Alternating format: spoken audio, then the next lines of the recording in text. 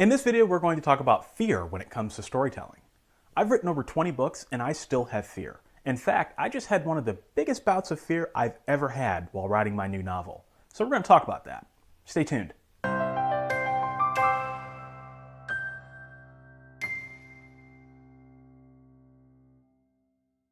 Fear.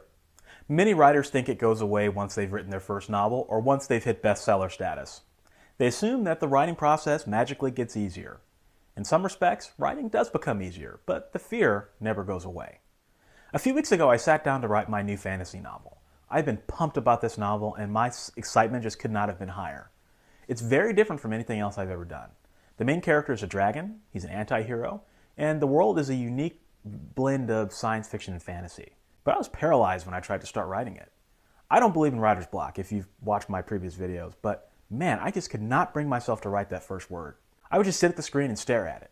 And I'd think about the story, be super excited about it, but when my fingers actually hovered over the keyboard, that excitement did not translate into any words. And I couldn't figure out why. I was kind of mad at myself. I mean, come on, I've written over 20 books and I've never experienced this before. I couldn't believe I was just wimping out all of a sudden. Fortunately, I have strategies in place when something like this happens. If you've watched my video on writer's block, then you know that one of my tips is to actually listen to your subconscious and accept that there's a valid reason for the fear. So you know what I did? I promised that I would return to the novel, but I put it away and let myself drift. I focused on writing video scripts for Author Level Up instead. In fact, this video is part of a huge video shoot that I did to take my mind off of it. And a funny thing happened. A few days later, a friend recommended that I listen to a history podcast that he enjoyed. I gave it a shot, and as I listened, I couldn't believe my ears. The podcast dovetailed with the story of my novel, and it made me think about a side of my character that I just would have never considered before. He became more three-dimensional overnight. In fact, it made me realize why I couldn't start the novel. Despite my excitement level, I actually wasn't ready for it yet. And considering that I don't outline anymore, to say that I wasn't ready was an understatement. Now that I had a fresh new perspective, the fear just disappeared. I started the novel and wondered why I'd ever been scared in the first place. So let's unpack this. You see, my subconscious was screaming at me, "Don't start!" But I didn't listen to it. I kept showing up at the computer trying to force myself to write. That was the source of my agony, not writer's block.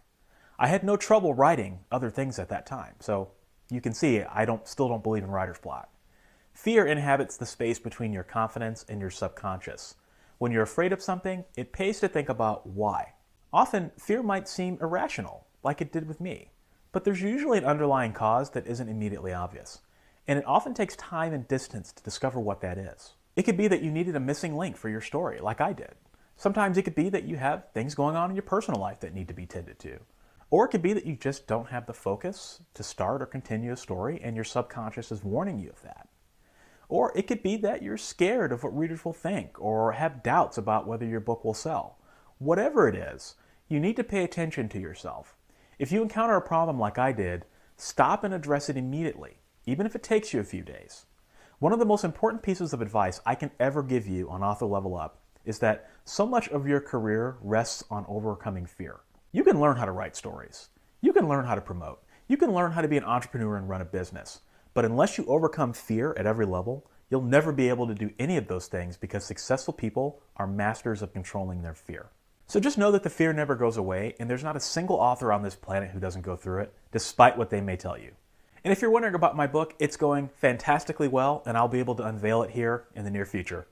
That's it for this video. If this is your first time watching, I'd love to have you subscribe, and if this video helped you in some way, please click the like button. Thanks for watching.